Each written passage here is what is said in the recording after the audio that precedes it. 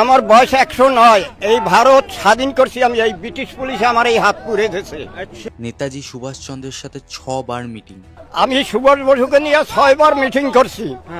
মাস্টারদা সূর্য সেন, এমনকি মাস্টারদা সূর্য সেনের সাথেও বহুবার মিটিং করেছে। এই 109 বছর বয়সে মানুষটাকে আমরা কয়জন চিনি বলতে পারবে? আমি জানি 100-এর মধ্যে 80% মানুষই আমরা জানি না।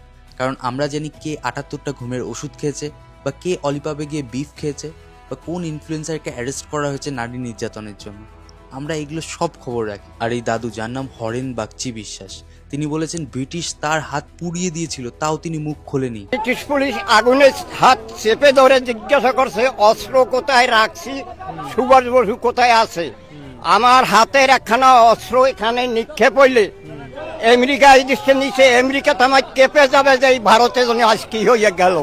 নেতাজি সুভাষচন্দ্র বসু মাস্টারদা সূর্য সেনের সাথে কাজ করেছেন। আমাদের ইতিহাসের বইতে হয়তো ওনার নাম নেই, কিন্তু ওনার ত্যাগ আমাদের স্বাধীনতা দিয়েছে। আর আমরা ইনফ্লুয়েন্সার বলি কাদের? যারা অর্ধনগ্ন হয়ে ভিডিও বানাচ্ছে ভিউজের জন্য, বা যারা গালাগালি দিয়ে ভিডিও বানায় শুধুমাত্র ভিউজের জন্য। একবার ভেবে দেখুন তো, তারা আমাদের জেনারেশনকে কি শিক্ষা দিচ্ছে? ক্যামেরা তুলে ভিডিও বানানো মানেই কি সে ইনফ্লুয়েন্সার হয়ে গেল? কি ইনফ্লুয়েন্স করছে আপনাকে একটু বলুন তো।